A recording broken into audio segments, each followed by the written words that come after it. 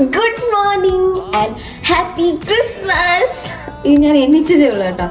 So get ready with me. Christmas ദിവസമായിട്ട് ഉറക്കത്തിന് ചാടി പിടിച്ച് എണ്ണീച്ചിട്ട് നമ്മൾ പുറത്തു പോകാൻ വേണ്ടി ഒരുങ്ങാൻ പോണെങ്കിൽ ഒരു യെല്ലോ ഡ്രസ്സും ഒരു വെള്ള പാൻറ്റും കൂടാണ് നമ്മൾ പെയർ ചെയ്യുന്നത്. കഴിച്ചിട്ട് വന്നപ്പോൾ കണ്ടില്ലേ ഐശ്വര്യ റായിനെ പോലെ ഇരിക്കുന്നത്.